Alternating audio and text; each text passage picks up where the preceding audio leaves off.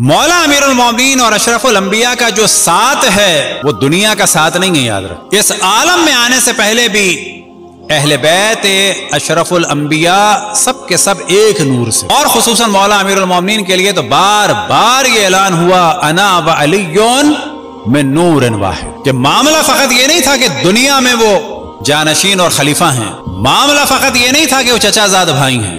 آپ نے ایسا نہیں فرمایا انا وعقیل من نور واحد، انا وطالب من نور واحد، انا وجعفر من نور واحد، کیونکہ تینوں کے تینوں مولا امیر المومنین کے بھائی تھے۔ فرمایا تو کس کے لیے فرمایا؟ انا وعلی من نور واحد۔ اور پھر اگلے مرحلے میں جناب سیدہ کے لیے بھی یہی فرمایا، امام حسن امام حسین کے لیے، اور پھر باقی ائمہ علیہم السلام کے لیے یہی فرمایا۔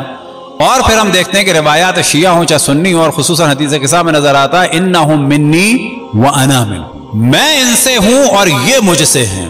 وجہ کیا ہے کہ یہ سب کے سب ایک نور سے ہیں، اور جب ایک نور سے ہیں تو یہ نہیں کہا جا سکتا کہ یہ ان سے ہیں اور یہ ہم سے نہیں ہے، نہ، میں ان سے ہوں اور یہ ان سے ہیں، مجھ سے ہیں۔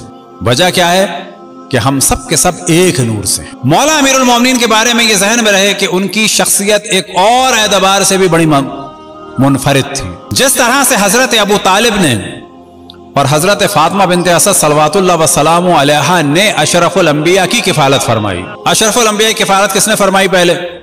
حضرت ابو عبد المطلب نے۔ اب وہ دنیا سے جا رہے تھے تو انہوں نے اپنے بیٹوں کو جمع کیا اور کہا کہ ان کا خیال رکھنا۔ کن سے کہا؟ اپنے بیٹوں سے کہا۔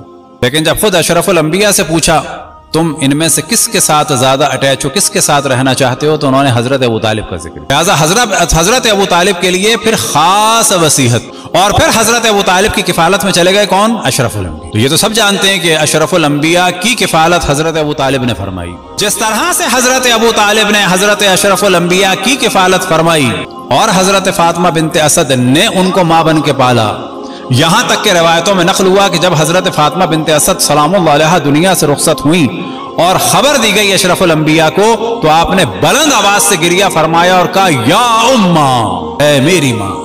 پھر اپنے لباس کا بھی کفن دیا، اور نماز کی تکبیرات میں بھی اہمیت تھی، خاص منفرد نماز جنازہ تھی ان کی۔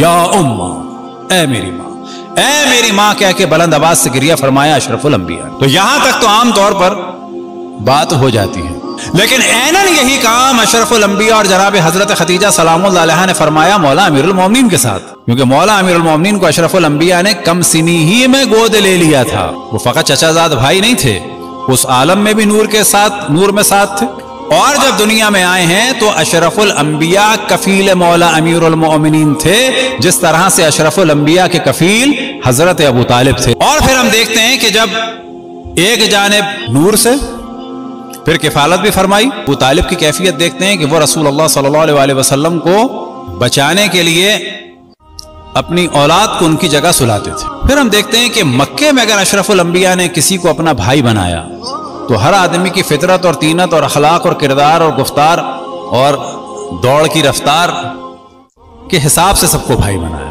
یہ جو اخوت والا موضوع ہے یہ مکے میں بھی ہوا اور مدینے میں بھی ہوا۔